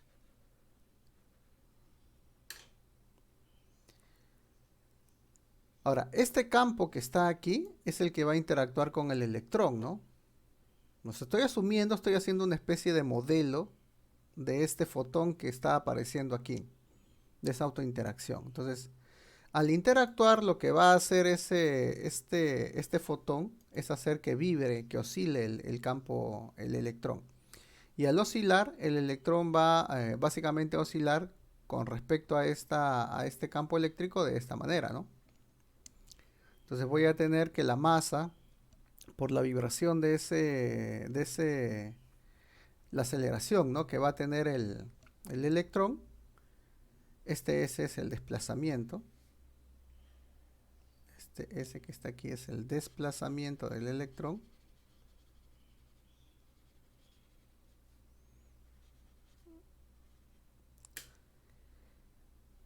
Esto es la fuerza, ¿no? Sobre ese electrón y por lo tanto yo voy a tener que ese desplazamiento va a estar, bueno, la solución de esta ecuación estaría dado por esta expresión. Eso es un desplazamiento tipo oscilatorio, ¿no? Tipo cosenoidal. Podría haber puesto senoidal, eso no importa porque incluso podría haber puesto un ángulo de fase inicial porque a lo que a nosotros nos interesa es el valor esperado RMS del electrón. Ojo, aquí yo estoy considerando que el electrón es un punto y que está oscilando, ¿no? Entonces, al estar oscilando en una región, al estar oscilando en un volumen, es como si yo retornara a esto, a que el electrón es como si fuese una esfera, ¿no? Entonces, al ser como una esfera, eso va a generar una especie de energía adicional a este electrón por ese efecto de oscilar respecto del fotón que va a generar. Entonces, esa oscilación en esa zona me va a dar justamente un radio, ¿no? Un radio RMS del electrón. Entonces ahí sería como si el electrón fuese una bolita, ¿no? Pero ojo, sería como una esfera con cada punto y equivalente a la carga del electrón. Y por lo tanto, nuevamente voy a tener que este potencial generado por el núcleo va a generar una energía adicional a este electrón que está aquí. Y este potencial yo lo puedo expandir en serie de Taylor, ¿no? Aquí está hasta el segundo orden. Igual que hicimos anteriormente, el segundo término se va a cancelar. Sobre todo se cancela porque yo tengo que aquí colocar el RMS. Y el RMS de una cantidad cosenoidal es nulo, ¿no? Cuando la cantidad está elevado al exponente 1. Pero cuando la cantidad está elevada al exponente 2, el valor RMS sí ya es diferente de 0. Entonces, de esta sumatoria que tengo aquí, van a sobrevivir aquellos valores promedios en que estas dos cantidades sean iguales. Y ahí va a salir justamente va a salir el laplaciano nuevamente del potencial, ¿no? Entonces voy a tener una variación del potencial, ¿no? Que este potencial vas aquí a restar. Esta variación de potencial es la que me genera justamente el hamiltoniano adicional. Entonces esa variación del potencial va a generarme un valor RMS al cuadrado multiplicado por 4pi zeta e y va a aparecer aquí un delta de R que proviene del laplaciano del potencial que va a aparecer producto de que estas dos coordenadas se van a igualar, ¿no? Solamente o van a ser iguales para esos términos diferentes de 0 aquí en esta sumatoria. De esa manera voy a tener entonces que este sería mi potencial, yo le pondría 4 porque esto es diferente al caso del potencial de Darwin, pero voy a tener una corrección de energía debido al LAMS, ¿no?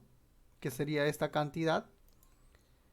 Ya saben ustedes que esto depende de RL y por lo tanto al final me va a quedar simplemente esta integral va a salir proporcional a z cubo entre pi en el cubo, ¿no? Ya he sacado aquí el E que venía de la carga del electrón, ¿no? Por eso acá aparece cuadrado. Y por lo tanto, la corrección, ¿no?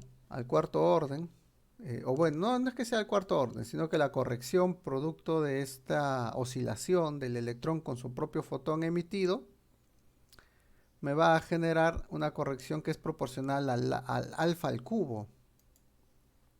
¿Ven? Es proporcional al alfa al cubo. Pero ya es una cantidad que va a perturbar los niveles S, ¿no? Los niveles con L igual a 0. Ahora, una cosa interesante es que este cálculo que está aquí es un cálculo solamente para una frecuencia, pero en general nosotros tenemos que el electrón va a emitir en diferentes frecuencias, ¿no? Si tú calculas la integral de esto desde 0 hasta infinito, pues esta cantidad te va a salir infinita, ¿no? Y eso se conoce como una... por eso cuando hicieron el cálculo de esta forma, ¿no? Es como se hizo el cálculo del desplazamiento del Lama hace muchos años. El primer cálculo que se hizo llegaba siempre a esta situación, ¿no? En que esta corrección debería ser una corrección infinita. Pero para que no sea infinito había que cortar, ¿no? Esta integración de la frecuencia. Y de esa manera nosotros tendríamos una cantidad finita para esa corrección de LAM. ¿Cómo se estiman estas frecuencias máximas y frecuencias mínimas? Bueno, la frecuencia mínima está asociada al movimiento del electrón alrededor del núcleo, ¿no? Eso te da una frecuencia de giro y esa frecuencia se toma como mínimo. La frecuencia máxima está asociado a la longitud de onda de Compton del electrón, ¿no? Eso te va a dar una frecuencia bastante grande que se considera como frecuencia máxima. Y si lo colocamos en la ecuación donde aparecía esa diferencia de frecuencias, voy a obtener esta expresión para esa corrección de la energía.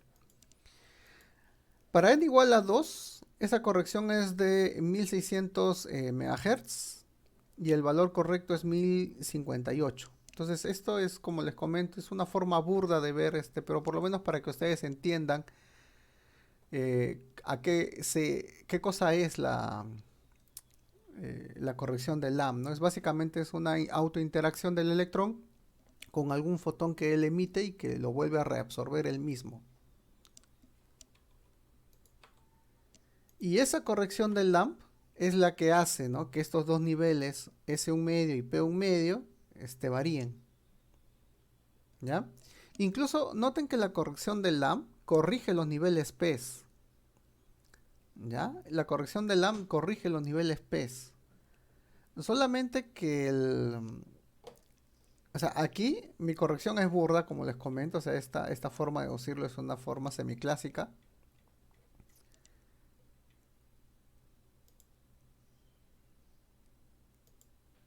Ya es una forma, repito, semiclásica de hacerlo. Pero consigue, ¿no?, separar estos dos niveles que están aquí. Y por lo tanto, en el nivel 2, hasta la corrección del Lamb, ustedes tienen 3 niveles. En el caso, por ejemplo, del átomo de hidrógeno, los demás niveles, el nivel 3, van a tener una mayor cantidad de niveles corregidos. No sé si hasta aquí tienen alguna pregunta. Pero por lo menos esto ya te da una idea, ¿no?, de que sí hay una separación de niveles, de estados dentro de cada uno de los niveles de energía degenerados que se tenían para el problema original. Y es debido a estos potenciales perturbativos que van apareciendo.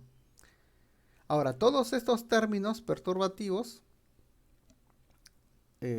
aparecen justamente mediante lo que es la teoría de Dirac. ¿Ya? Entonces, un tema de laboratorio para el laboratorio 2 es justamente esa deducción, ¿no? A partir de la teoría de Dirac, el cálculo de estas, no el cálculo, sino la obtención de estos términos perturbativos, para que vean cómo sale, ¿no?